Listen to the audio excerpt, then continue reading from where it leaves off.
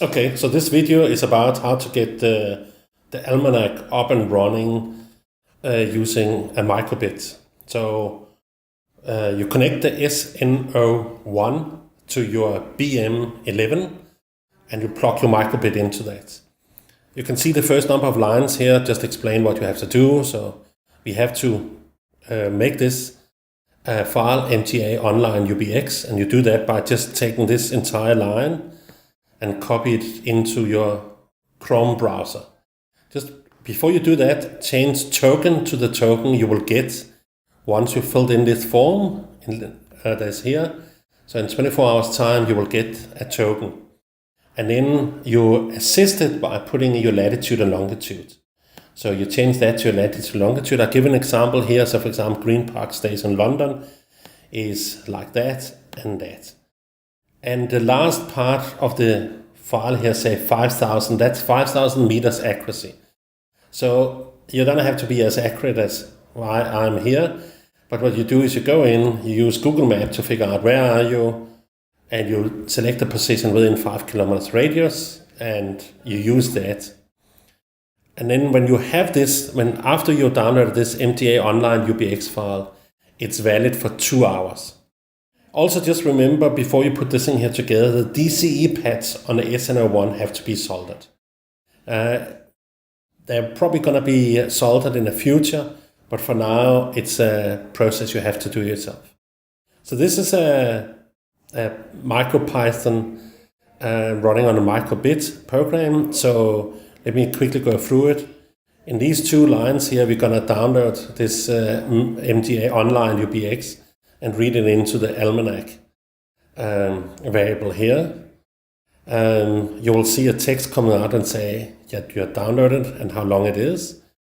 Then we initiate the GPS, and that we do like this by telling what pin the GPS is sitting on. So that's the ones from the BM11. We give it a little time, like a second, just for this to stabilize.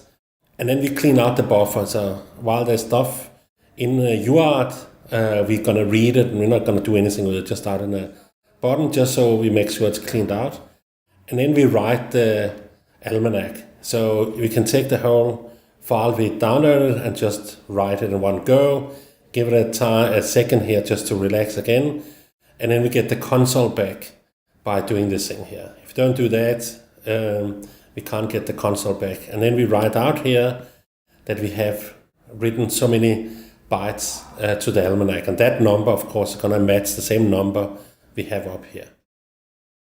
The last one here is that we clean out the buffer again after we returned, just so there's no buffer overflow. And then for the rest of the GPS, we're going to use I2C, which is our standard way of reading GPS data. So I'm just putting up here running time, because now we uploaded GPS and we have cleaned out the buffer. So let's start here. And then we have a loop here that's running until we get a position. So what we do is that we use I2C to read. So this thing here read 1 byte from address 42, which is the SN01. And then we keep on building up a line, a record, as long as we don't have a new line. So the last character in a line is a new line. And then there can be a little noise. So if you get a byte that's higher than 255, ignore it. If it's lower, then we add it to this data plus C character of this byte we read.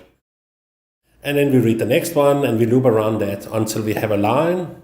And then we figure out if this is a record that we're interested in. So if it starts with this thing here, so each of the GPS records start with different things. This is the one that I have latitude and longitude in, so we use that.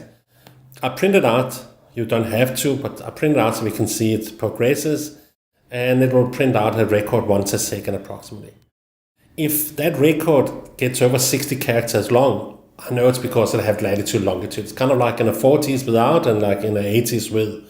So 60 is kind of like just a figure to figure out how long it is and say, okay, that's it, I got it. I stop, I sleep a second here just to finish all the buffer stuff, and then I calculate how long time it took to get a fix and I print the last record just so you can see that we have the data. It's of course being printed up here already, but this is how it is. Okay, so let's see how this thing here runs. So back to this thing here, we have to run this thing here. So what I'm gonna do is I'm gonna go into my Chrome, and I already have the line up here, okay? So I'm just click on this line here and press enter, and it automatically creates a MDA online UBX file down here, okay? So next up is I have to move it. So you can see I have it here, I just created here now. And it's important you create it like and use it the next 2 hours. This file lasts for 2 hours. And then I drag it over to my directory here where I have my mu code. And then I go into my mu code here, and then I plug in my my microbits. I'm waiting for a message coming down here. There we go. So first I go into files, and I take this new file and replace the old one, okay? So we just wait for that to copy. There, that's it. Go out of files, and then you go here, and then I'm gonna execute the program. Many ways of doing that, but I'm just importing that thing and running the main. And that took very little time to get a fix. So less than a second. So I'm kind of like suspecting that it had a fix already. So let's just try to do it again. So I'm closing that. I'm pulling my circuit out. Okay, counting to 10 here.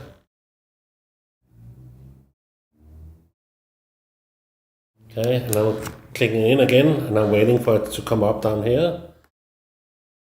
And there we go. And we go back here, and we say like that. And then now it's downloaded the Almanac again. It's the same Almanac as I said the last 2 hours. And there we go, 1.2 seconds.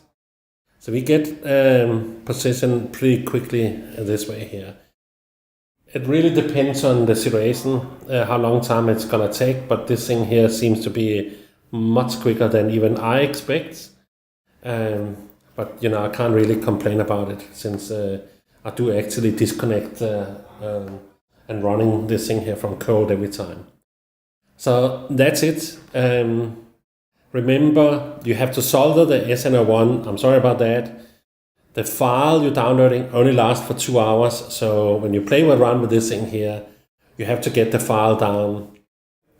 And there's, of course, other ways you can get that file. I've shown it just in order for to demonstrate how this could work with microbits.